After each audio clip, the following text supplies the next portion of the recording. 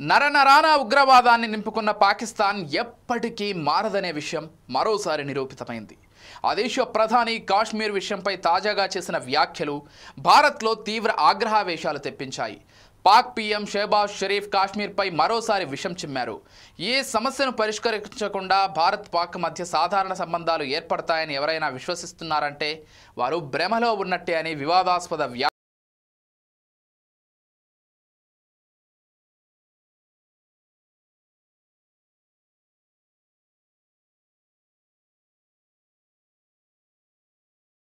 లండన్లో జరిగిన ఓవర్సీస్ పాకిస్తాన్ కన్వెన్షన్లో పాక్ సమాజాన్ని ఉద్దేశించి ప్రసంగించిన షరీఫ్ మరోసారి కాశ్మీర్ అంశాన్ని లేవనెత్తారు.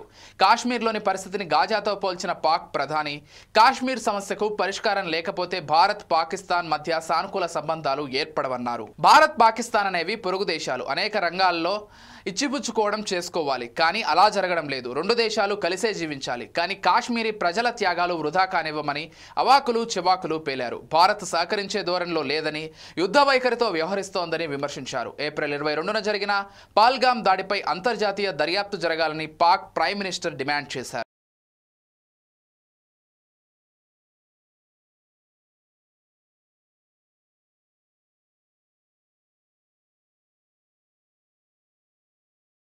గతంలో భారత్తో జరిగిన 4 యుద్ధాలతో తమ దేశం బిలియన్ల కొద్దీ డాలర్ల నష్టపోయిందని షరీఫ్ ఆవేదన వ్యక్తం చేశారు.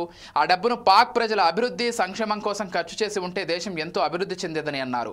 రోడ్లు, ఆసుపత్రులు కట్టిస్తే ప్రజలకు మెరుగైన సేవలు అందుబాటులోకి వచ్చేవన్నారు. యుద్ధం కావాలో శాంతి కావాలో తేల్చుకోవాల్సింది తామేనని, ఇరు దేశాలు ఒకరికొకరును గౌరవించుకుంటూ జీవించాలన్నదే తమ కోరిక అన్నారు.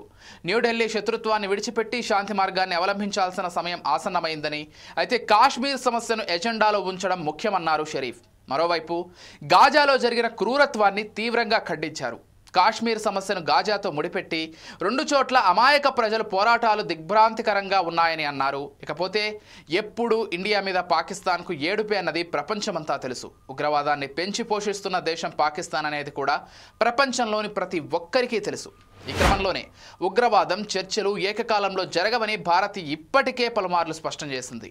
పాకిస్తాన్తో చర్చలు అనేది కేవలం పాక్ ఆక్రమిత కాశ్మీర్ గురించి మాత్రమే ఉంటుందని తేల్చి చెప్పింది భారత్.